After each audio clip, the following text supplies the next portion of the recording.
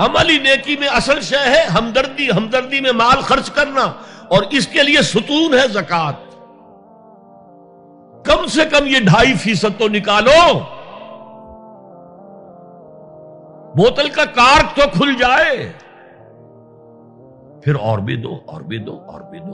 یہ تو obligatory ہے، یہ تو فرض ہے، یہ تو لازم ہے۔ لیکن مقصد کیا ہے؟ اس کو جو سمجھ لیا بس یہی زکوٰۃ ہی ہمارے ذمے میں ہے، وہ بڑے مغالطے میں۔ حضور نے فرمایا صلی اللہ علیہ وسلم،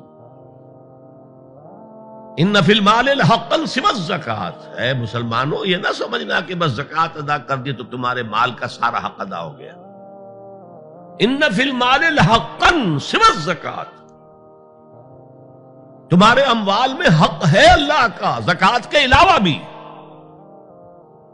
اور پھر آپ نے یہ آیت پڑھی، وَآتَ الْمَالَ عَلَىٰ حُبِّهِ ذَوِي الْقُرْبَىٰ وَالْيَتَامَىٰ وَالْمَسَاكِينَ وَابْنَ السَّبِيلِ وَالسَّائِلِينَ وَفِي الرِّقَابِ وَأَقَامَ الصَّلَاةَ وَآتَ الزَّكَاةَ۔ یہاں آتَ الزَّكَاةَ تو ہے ہی ہے، اس سے پہلے جو آ رہا ہے یہ سرپلس ہے، اس سے آگے کی بات ہے، یہ ایڈیشنل ہے۔ اسی لیے جب انفقوا انفقوا انفقوا انفقوا انفقوا کی جو تکرار ہوتی ہے قرآن مجید میں،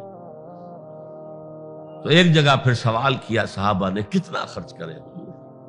فرمایا قل العفو، کہہ دو جو بھی ضرورت سے زائد دے ڈالو، don't accumulate, don't retain any thing.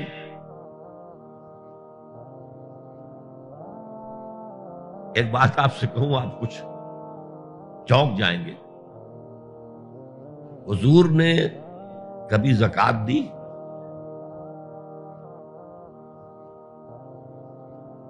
کبھی نصاب کے بقدر پیسہ آپ کے پاس جمع ہوا کہ آپ پر زکوٰۃ واجب ہوتی؟ کیسی عجیب بات ہے۔ ارکان دین میں سے ایک رکن سرے سے غائب، کبھی آپ نے مال رکھا ہی نہیں۔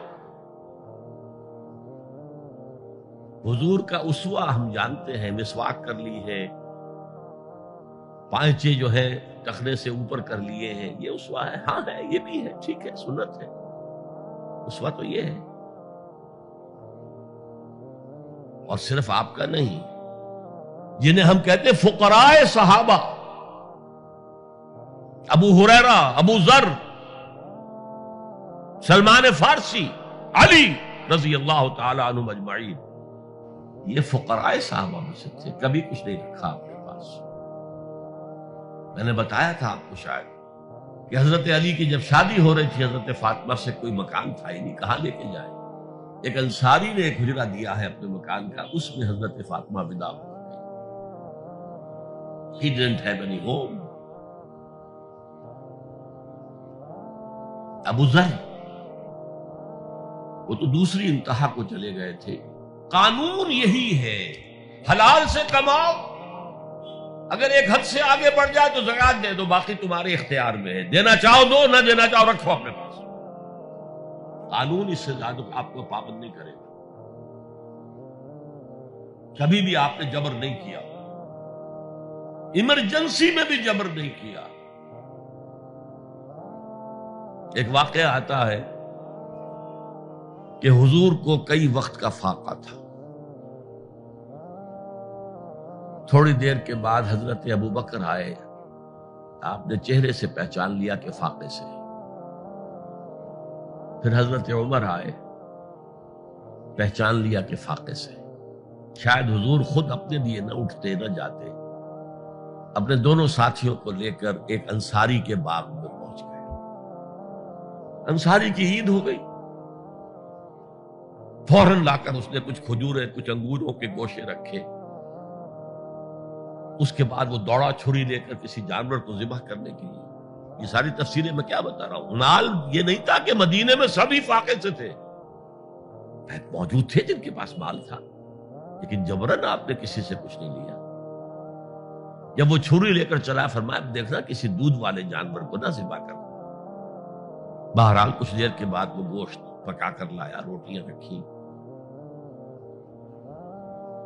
اس کے بعد حضور نے ایک روٹی پر چند بوٹیاں رکھ کر کہا یہ عائشہ کو دے آؤ، اسے بھی کئی وقت کا فاقہ ہے۔ اور پھر حضرت عمر کی طرف رخ کر کے کہا عمر یہ ہیں وہ نعمتیں جس کا حساب دینا پڑے گا اللہ کے ہاں۔ وَأَمَّا بِنِعْمَةِ رَبِّكَ فَحَدِّثْ، اور یہ جو فرمایا گیا الہاکم التکاثر میں نعمتوں کا حساب لیا جائے۔ وَلَتُسْأَلُنَّ يَوْمَئِذٍ عَنِ النَّعِيمِ، فرمایا یہ نعمتیں، یہ ہے اصل میں انفاق کا معاملہ۔ آپ کے اس پر چھوڑ دیا گیا ہے، جتنا بھی آپ میں جذبہ ہے، جتنا بھی آخرت کا یقین ہے، اتنا ہی آپ پسند کریں گے کہ آخرت کے بینک میں جمع کرائیں، یہاں کے بینکوں میں کیوں جمع کرائیں؟ یہاں کتنا دے دیں گے آپ کو؟ 10%، 20%، وہاں 700% ملتا ہے۔ 700% نہیں، 7,000، 700 گنا۔ Why to keep it in these banks؟ حضرت مسیح کا جو پہاڑی کا واس بہت مشہور ہے، سرمن آف دا ماؤنٹ، بڑے پیارے الفاظ ہیں، میں آپ سے اپنا تاثر عرض کیے بغیر نہیں رہ سکتا۔ جہاں تک مواعظ کا تعلق ہے، جو حضرت مسیح کے مواعظ آئے ہیں، ان سے اونچے واعظ کوئی ممکن نہیں۔ اسی میں یہ جملہ بھی ہے، دیکھو اپنا مال زمین پر جمع نہ کرو، جہاں چوری بھی ہوتی ہے ڈاکہ بھی پڑتا ہے، کیڑا بھی خراب کرتا ہے۔ آسمان پر جمع کرو، جہاں نہ چوری کا اندیشہ، نہ ڈاکے کا خوف، نہ کیڑا خراب کر سکے۔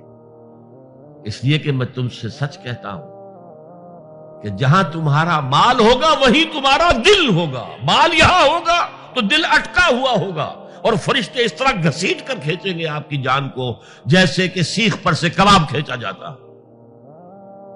اور اگر دل وہاں لگا ہوا ہے جس کے لاکھوں کروڑوں ڈالر سوئس بینکس میں جمع ہے، اسے کہا جائے نکل جاؤ پاکستان سے، اسے کوئی تکلیف ہوگی؟ نکل جاؤ فلاں ملک سے، ملک بدل کرتے تمہیں کیا تکلیف؟ میرے بینک کے اندر پیسے ہیں۔ البتہ جس کا باہر کچھ نہ ہو، اسے اگر یہ دی جائے سزا تو اس کی تو جان پر بن جائے گی۔ تو یہ ہے انفاق کا معاملہ۔ اس میں یہ دو جو ہے، ایک قانونی سطح ہے، قانونی سطح یہ کہ حلال ذریعہ حرام نہ ہو، سود نہ ہو، جوا نہ ہو، فحاشی کو ذریعہ نہ بنایا جائے، منشیات کو ذریعہ نہ بنایا جائے کمائی کا۔ اور جو بھی آپ کے پاس ہے، آپ نصاب کی سطح کے اوپر آ گئے تو 2.5% زکوٰۃ دے دو۔ قانون اس سے آگے آپ سے مطالبہ نہیں کرے گا، اگرچہ فقہاء نے یہ فتویٰ دیا ہے کہ اگر کسی وقت جو فقراء ہیں ان کی ضرورتیں زکوٰۃ سے پوری نہ ہو سکے تو اس وقت کا امام، اس وقت کا خلیفہ، وہ زبردستی بھی امراء کے مال میں سے مزید لے سکتا ہے زکوٰۃ کے علاوہ۔ لیکن کمال یہ ہے محمد رسول اللہ صلی اللہ علیہ وسلم کا کہ نہایت جان اصل تحریک جو تھی، انقلابی تحریک، اس میں بھی کبھی آپ نے جبر سے کام نہیں لیا۔ یہ آپ کے چوائس پر ہے، البتہ ایک معیار مقرر کر دیا، جیسے حضرت ابو بکر غزوہ تبوک کے موقع پر سب کچھ لے آئے تھے گھر میں جھاڑو پھینک کر۔ عام حالات میں یہ نہیں، ایک شخص آئے صحابی انصاری، میں اپنا سب کچھ اللہ کی راہ میں دینا چاہتا ہوں، فرمایا نہیں، تم چاہتے ہو کہ اپنے ورثاء کو غریب اور فقیر بنا کر جاؤ؟ اس نے کہا اچھا میں آدھا دے، نہیں آدھا بھی بہت ہے۔ فرمایا تہائی دیتا ہوں؟ فرمایا ہاں تہائی کافی ہے، وَالثُلُثُ کثیر، اور ثلث بھی بہت ہے۔